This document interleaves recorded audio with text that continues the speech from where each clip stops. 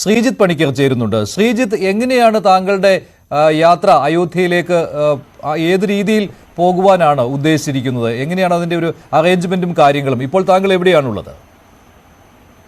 മഞ്ജുഷ്, ഞാനിപ്പോൾ ഉള്ളത് ലക്നൌവിലാണ്. ഞാൻ ക്യാമ്പ് ചെയ്യുന്നത് ലക്നൌവിലാണ്. ഞാൻ ഇന്ന് ഇവിടേക്ക് എത്തി. അയോധ്യയിലേക്ക് ഞാൻ ട്രാവലൊക്കെ ബുക്ക് ചെയ്യുന്ന സമയത്ത് അവിടുത്തെ എയർപോർട്ട് ഓപ്പൺ ആയിരുന്നില്ല. അപ്പോൾ ഇപ്പോൾ ലക്നൌവിലാണ്. അതിനുശേഷം അല്പം മുമ്പ് ശ്രീ രഞ്ജിത്ത് പറഞ്ഞതുപോലെ തന്നെ ഒരു ഗ്രീൻ കോറിഡോർ സംവിധാനം ഉണ്ടാക്കിയിട്ടുണ്ട്. അപ്പോൾ ആ ഗ്രീൻ കോറിഡോർ സംവിധാനത്തിന്റെ ഭാഗമായിട്ട് എൻട്രി പാസ് ഉള്ള സ്പെഷ്യൽ വെഹിക്കിൾ പാസ് ഉള്ള വാഹനങ്ങൾക്ക് നാളെ പ്രവേശനം ഉണ്ടാകും. റോഡുകളിലുള്ള പ്രവേശനം പോലും അത്തരത്തിലുള്ള വാഹനങ്ങൾക്കാണ്. അതിനായിട്ടുള്ള ഡെസിഗ്നേറ്റഡ് ആയിട്ടുള്ള പാതകളുണ്ട് എന്നാണ് അറിയാൻ കഴിഞ്ഞത്. അപ്പോൾ നമുക്ക് അത്തരത്തിലുള്ള വെഹിക്കിൾ എൻട്രി പാസും എല്ലാം ഉണ്ട്. അപ്പോൾ അതെല്ലാം ഉപയോഗിച്ചുകൊണ്ട് നാളെ രാവിലെ അയോധ്യയിലേക്ക് പോകാമെന്നാണ് കരുതുന്നത്. നോർമൽ ഈ ട്രാവൽ ടൈം എന്ന് പറയുന്നത് ഞാൻ മനസ്സിലാക്കുന്നത് ഏതാണ്ട് 2-2.5 മണിക്കൂറാണ്. പക്ഷേ ഈ വാഹനങ്ങൾ മാത്രമാകുമ്പോൾ അത്തരത്തിലുള്ള ട്രാഫിക്കിന്റെ പ്രശ്നങ്ങളൊന്നും ഇല്ലാതെ തന്നെ അവിടെ എത്താൻ കഴിയുമെന്നാണ് കരുതുന്നത്. ശരി ശ്രീജിത്ത്, മറ്റൊരു കാര്യം എന്ന് പറയുന്നത്, ഇങ്ങനെ ക്ഷണം കിട്ടിയിട്ടുള്ളത് ഏത് രീതിയിലൊക്കെയാണ്? ഇപ്പോൾ ഒരു രാഷ്ട്രീയ ചടങ്ങായിട്ട് മാറ്റരുത് എന്നുള്ള ഒരു നിർബന്ധം ഉണ്ടല്ലോ, ആ രീതിയിലാണല്ലോ ക്രമീകരണം. ഈ ചടങ്ങിന് ക്ഷണം കിട്ടിയവരുടെ വിവരങ്ങൾ എങ്ങനെയാണ്? ഏതെല്ലാം മേഖലയിൽ ഉള്ളവർ വരുന്നുണ്ടെന്നാണ് വിവരങ്ങൾ? വളരെ പരിമിതമായിട്ടുള്ള നമ്പർ ഓഫ് ആൾക്കാർക്ക് മാത്രമേ ഈ ക്ഷണം ഉള്ളത് എന്നാണ് ഞാൻ മനസ്സിലാക്കുന്നത്. മുൻപ് 7,000-8,000 എന്നൊക്കെയാണ് കേട്ടിരുന്നതെങ്കിലും ഈ അടുത്ത ദിവസങ്ങളിലായിട്ട് നമ്മളൊക്കെ ശ്രദ്ധിച്ചിട്ടുണ്ടാകും. നമ്മുടെ നാട്ടിലുള്ള പത്രങ്ങളിൽ ഉൾപ്പെടെ വന്നിരിക്കുന്ന പരസ്യങ്ങളിൽ പറയുന്നതനുസരിച്ച് 125-ലധികമായിട്ടുള്ള ആചാര്യന്മാരായിട്ടുള്ള ആൾക്കാർക്ക് ഏതാണ്ട് 2,500ഓളം ക്ഷണിതാക്കളുമാണുള്ളത് എന്നാണ് പറയുന്നത്. അപ്പോൾ കൃത്യമായിട്ടുള്ള കണക്ക് എത്രയാണ് എന്നതിനെ പറ്റി അറിയില്ല. ഇതൊരു ഒഫീഷ്യലായിട്ടുള്ള ഒരു വെർഷനാണ്. പിന്നെ അത് കൂടാതെ കേരളത്തിൽ നിന്നാണെങ്കിലും ഞാൻ മനസ്സിലാക്കുന്നത് ഏതാണ്ട് 20-25 ആൾക്കാർക്കാണ് ആകെ ക്ഷണം ലഭിച്ചത്. എത്ര പേര് വരുന്നുണ്ട് എന്ന് എനിക്കറിയില്ല. അതിൽ പല മേഖലകളിൽ നിന്നുള്ള ആൾക്കാരുണ്ട്. കായിക മേഖലയിൽ നിന്ന്, സിനിമാ മേഖലയിൽ നിന്ന്, സാമൂഹ്യ സാംസ്കാരിക രംഗങ്ങളിൽ നിന്നൊക്കെയുള്ള ആൾക്കാർക്ക്, വിദ്യാഭ്യാസ മേഖലയിൽ നിന്ന് ഒക്കെയുള്ള ആൾക്കാർക്ക് ക്ഷണമുണ്ട് എന്നാണ് ഞാൻ മനസ്സിലാക്കുന്നത്. ക്ഷണം നൽകിയിരിക്കുന്നത് രാമജന്മഭൂമി തീർത്ഥ ട്രസ്റ്റാണ്. അപ്പോൾ എൻ്റെ ക്ഷണമാണെങ്കിലും അവരുടെ ഭാഗത്തു നിന്നാണ് വന്നിരിക്കുന്നത്.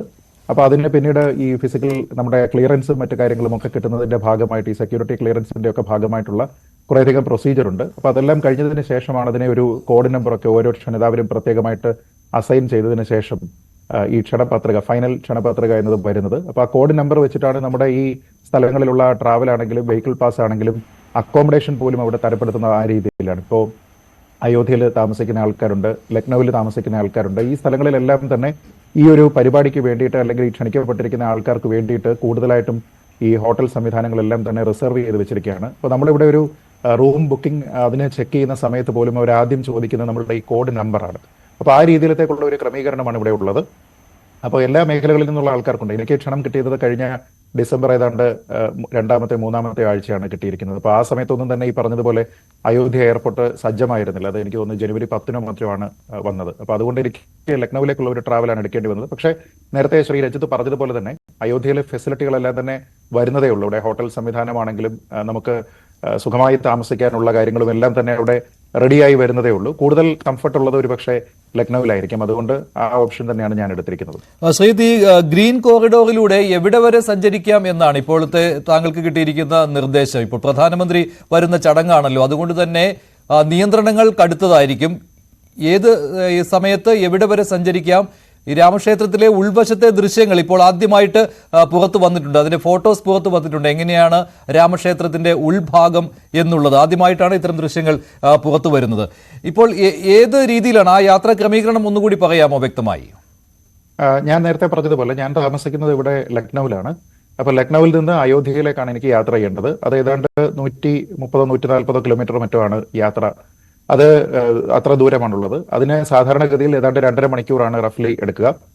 അപ്പൊ ഈ ഒരു റൂട്ടിലേക്ക് ഇതിലേക്ക് പല ഹൈവേകളുണ്ട്. അപ്പൊ അതിലൊരു ഹൈവേ ഡെസിഗ്നേറ്റഡ് ആയിട്ട് ഇങ്ങനെ ഗ്രീൻ കോറിഡോറായിട്ട് എടുത്തിരിക്കുകയും അതിൽ ആൾക്കാർക്ക് യാത്ര ചെയ്യുന്നതിന് വേണ്ടിയിട്ട് ഈ വെഹിക്കിൾ എൻട്രി പാസും അതേപോലെ അവിടെയുള്ള ഈ ഇവന്റിന്റെ എൻട്രി പാസും ഉള്ള ആൾക്കാർക്ക് മാത്രമായിട്ട് അത് പരിമിതപ്പെടുത്തിയിട്ടുണ്ട് എന്നാണ് മനസ്സിലാക്കുന്നത്. വഴിയിൽ പല പ്രാവശ്യം ചെക്കിംഗ് ഉണ്ടാകാനുള്ള സാധ്യതയുണ്ട്.